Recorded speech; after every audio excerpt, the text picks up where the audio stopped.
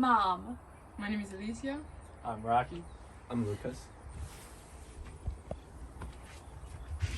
If I were to collect every single water bottle that you all have used throughout your life, and I brought them here with me today and placed them in front of you, how many of you all would feel guilty or ashamed of the pile in front of you? With this visual, I now want to start with everyone who has used a plastic water bottle in the past week to raise their hands. I can see that if not all of you, but most of you have raised your hands. Here today, I have brought 14 water bottles, which is the average American usage per month based off of the website Aquasana of what we go through on a monthly basis of plastic water bottles. This week I have taken time to research the different ways of our choices of what we drink out of have big impacts on our environment. So today I'm going to share with you some research I've done over the past week, and I've read quite a few articles about the human effect of the plastic footprint that has had and is having a massively negative effect on our environment. Throughout my research, I have read many articles, mostly filled with fear in large numbers, that are scary and intimidating. Often when I hear people talking about this topic myself, I feel hopeless, but today that's not my goal, and I hope to provide you all with a glimmer of hope and an idea of how your small decisions can make a big difference. How exactly am I going to do this? I am going to discuss what all goes into making a water bottle and disposing of it, the negative impacts and where the plastic is ending up, and how reusable water bottles can change the future for the better in terms of plastic waste. So, why are small choices important? Let's begin about talking about what goes into making a plastic water bottle and how long it takes for it to be gone forever.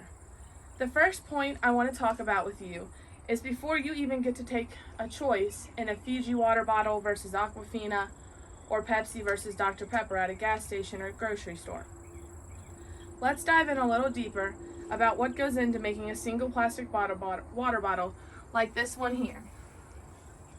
According to the website Office H2O, the entire life cycle of a disposable water bottle uses fossil fuels, contributes to global warming, and causes pollution.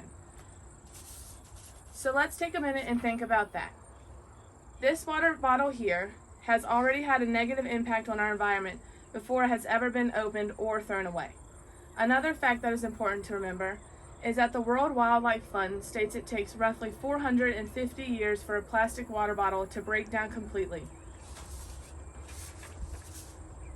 Some of you may be thinking to yourself, what about the ones that get recycled? Well, according to the Container Recycling Institute, 86% of plastic water bottles used in the United States become garbage or litter.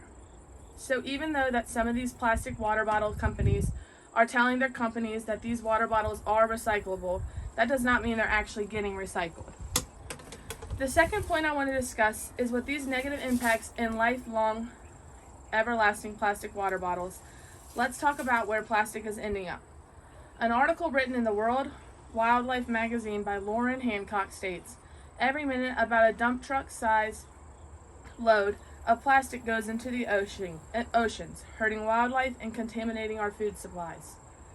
Another article from Charles Moore in the New York Times writes, plastic is now one of the most common pollutants of ocean waters worldwide. How is it contaminating our food supply exactly? Well, a marine biologist from the Columbia LDEO has been studying 8 waterways in New York. During the interview, goes and tells Columbia Education magazine that microplastics are found in the guts of every animal that they had studied. So, with this research trial based in New York, it just goes to show us that plastics and microplastics are impacting more than just the ocean now. It's affecting animals, the environment around us, and now even the food chain. So while there are many different ways that microplastic particles are ending in the waterways, avoiding plastic water bottles can be a small choice that has a big impact for us. Now that we've talked about where plastic is ending up, let's now discuss my third and final point on how making the choice of a reusable water bottle is beneficial to ourselves and our planet. What are the long-term benefits of using a water bottle, reusable water bottle like this one here? According to a report published by the American Chemistry Council in 2019, production is forecasted to more than double by 2050, increasing to 756 million tons anticipated in 2050 versus the 308 million tons produced in 2018. So if I can convince the three of you here today to start using reusable water bottles and alternatives to drink out of, in 1 year's time, we can all say that we have saved over 620 water bottles that have negatively impacted our environment. Throughout my speech today, I hope you took a moment to think just how important our decisions are long term for the environment. I hope that the next time you go and grab a plastic water bottle from your refrigerator, that you think about how long it took to get that water bottle there and how long it will take the earth to dispose of it.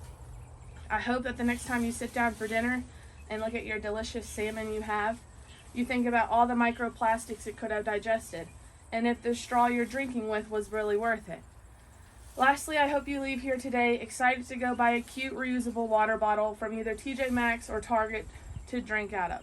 I want to leave you all with one little quote that Jane Goodall once said: "Cumulatively, small decisions, choices, and actions make a big difference." Thank you.